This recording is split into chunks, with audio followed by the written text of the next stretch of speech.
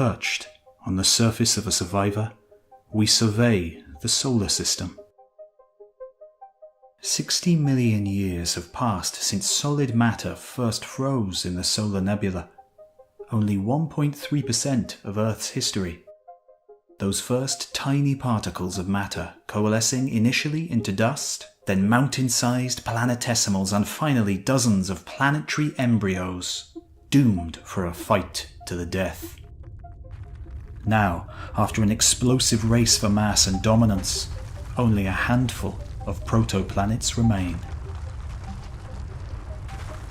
The surface of our protoplanet is a blasted and blazing wasteland, coated by dead oceans of magma fueled by the primal inferno of atomic decay, sustained for a time by the bruising rain of planetesimals. But these are mostly gone now too, absorbed by hungry worlds, or else ejected into the depths of the solar system and picked off by the leviathans lurking there. The table scraps of this primal feast fall regularly onto our protoplanet, one of its most successful feeders. On the surface are fractured heaps of fused and jagged debris, blasted apart by the incessant bombardment. A hazy atmosphere of carbon dioxide blankets the broken landscape. Moisture wets the dust. Somewhere on the surface, there may even be a new kind of ocean forming. We may even imagine that someday this scrappy champion will sprout another newcomer. Life. But we would be wrong. Our protoplanet is not Earth. Its name is Theia. Despite an impressive start, Theia is not destined to win this planetary competition, for another combatant lurks in its orbit. Over the horizon, another protoplanet careens into view. Theia's larger cousin, the Earth. Having experienced its own similar and short history, this young world is just moments away from its final act of formation. The burning sphere swells until it has eaten the sky. At last, with a deafening rumble, the two survivors crush into one another. Towering waves of material erupt and cascade into roiling chaos. Chunks of planet splash into orbit as the Earth devours its last meal. The ruptured planet consumes Theia whole as the energy of the impact melts solid rock into oceans of liquid magma yet again. In the sky, the blazing chaos gradually quiets and the process of accretion begins. This disk of debris will soon form the Earth's eternal companion, the Moon. This is Theia's gravestone.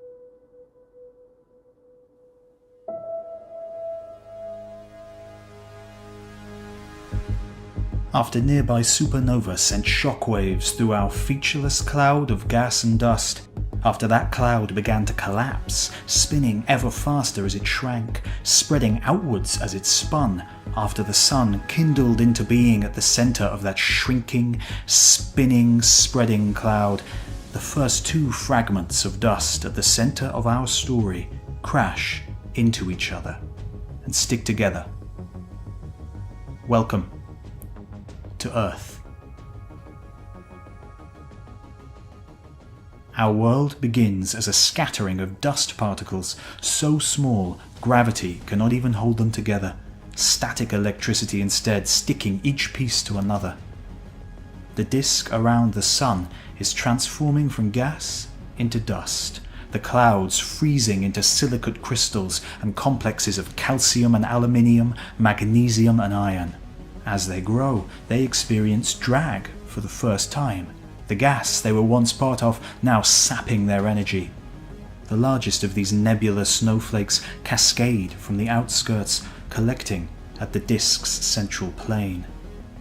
As our nascent Earth drifts towards the Sun, it is also falling in on itself. The more the snowflakes grow, the more energy is sapped by the passing nebula. Earth faces its most dangerous challenge. If it does not grow quickly, it will be captured by the gravity of the Sun and plummet into the furnace. Worse, as our clump of dust expands to the size of a pebble, the electrostatic forces feeding it cease to be effective. Yet neither can gravity bring new material to an object so small. Pebbles drift past each other unaffected. A fortunate few collide only to ricochet and drift apart, or worse, fragment and disperse. Growth has stalled.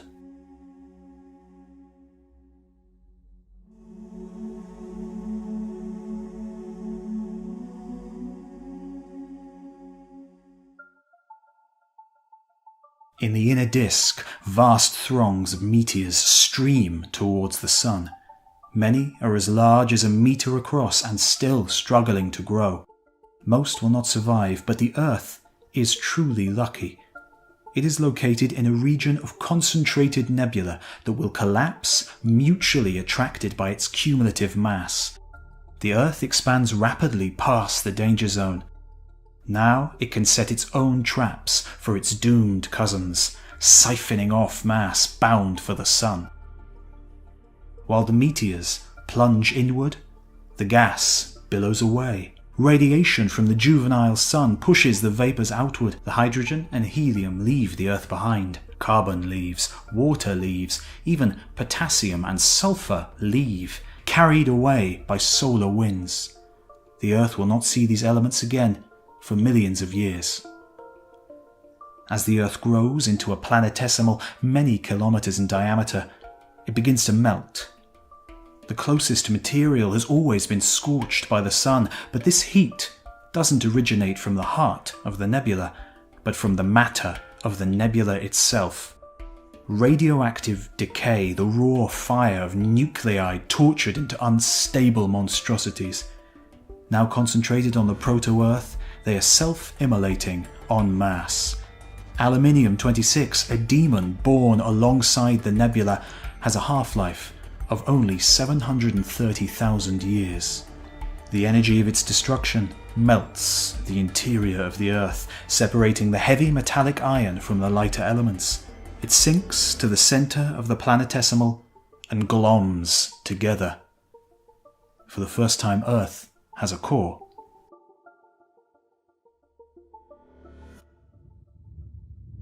But the Earth is not alone.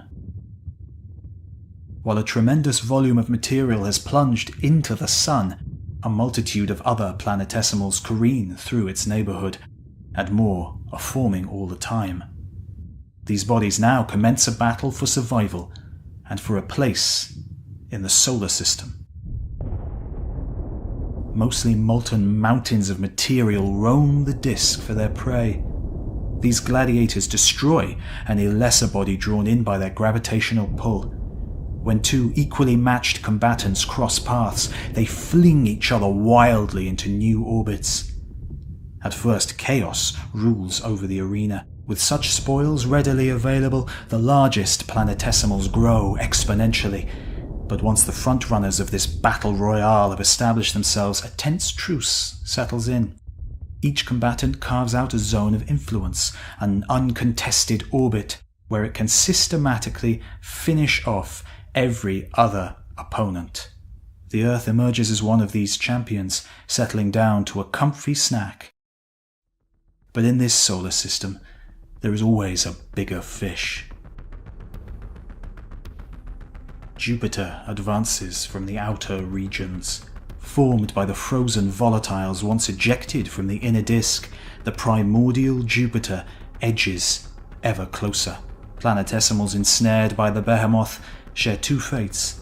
They are devoured by this icy titan, or fatally flung from the solar system into oblivion.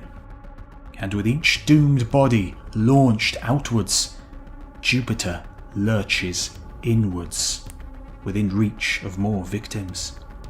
Jupiter rampages through a hapless crowd of fleeing and flying planetesimals, ever closer to the unformed, vulnerable Earth. At just 1.5 times the distance from the Earth to the Sun, Jupiter's attention is snatched by another colossal beast, Saturn.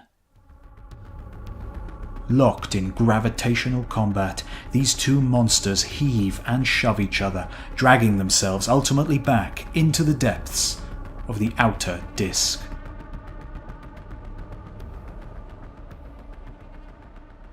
Left behind is a depopulated wasteland.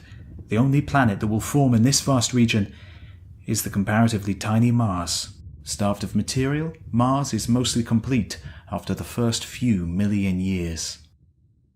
Safe in the inner disk, the future planets of Mercury and Venus are forming, as is Earth perched on the edge of no man's land.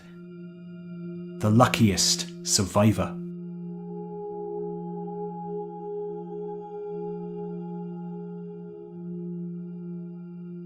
Only a couple of million years have passed since the creation of the solar nebula, and much has changed. The gas has drifted away, the nuclear inferno has calmed, Jupiter has come and gone. Already most of the mass in the inner disk is concentrated in dozens of planetary embryos, 1 to 10% of the mass of the modern Earth.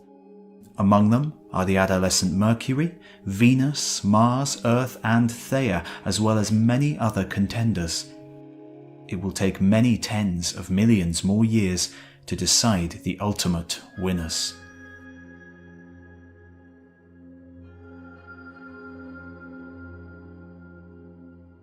While Jupiter lays waste to the edge of the inner disk, the Sun wreaks havoc near its centre. 50 kilometers from the Sun, her children whip around at incredible speeds. Collisions here are catastrophic. When protoplanets clash, it is rarely clean. Instead, they rip into each other, spraying their insides across the void and part again, circling, then clash again on the next orbit and the next. Finally, the two bodies will collapse into each other. When Proto-Mercury encounters another embryo, they impact with such ferocity their mantles vaporize. Jets of gaseous planets spout away from the roiling cores, leaving Mercury much reduced in mass and enriched in iron.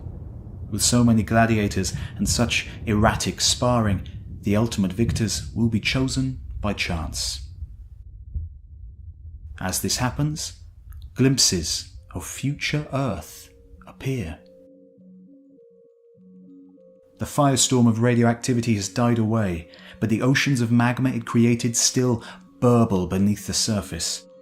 As the oceans slowly solidify, the materials of the Earth organize themselves. Iron sinks to the core, along with nickel and other heavy elements that bond with iron. Crystals precipitate in the swirling molten matter. Most shower onto the core and amass in dunes thousands of kilometers thick. The lightest elements and the most unreactive seep upwards and outwards and freeze near the surface. The Earth forms layers. Asteroids explode through the whisper-thin atmosphere and blast the solid surface into dust. It accumulates into drifts until a direct impact fuses the matter into solid stone once again. Great vents breach the surface and molten mantle leaks through. Seas of magma puddle and solidify. But this cohesion is short-lived. Armageddon returns to Earth each time it devours a defeated foe. Surfaces vaporize, mantles slosh, and a new surface congeals. Earth starts again. Water and the other volatiles reappear after tens of millions of years absent. Asteroids, planetesimals, possibly even ice rains down upon our protoplanet. Now with something to cling to, the carbon, ice and gases that were driven away by the heat of the sun have begun to repopulate the Earth's surface. After 60 million years of halting growth and abortive evolution, the Earth has nearly reached its final mass. Only one more collision, one more victim separates Earth from the end of its origin story and the beginning of its history. Thayer's orbit intersects that of Earth.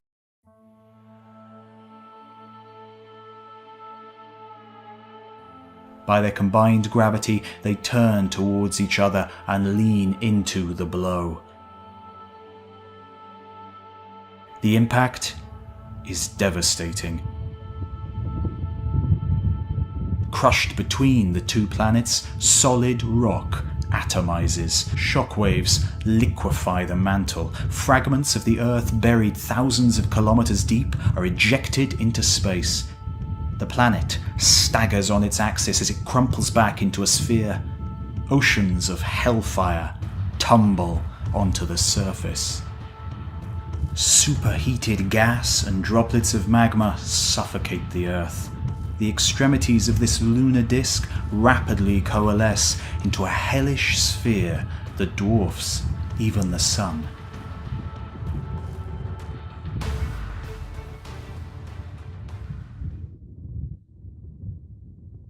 Over the next 150 years, the cloud of dust billows outward.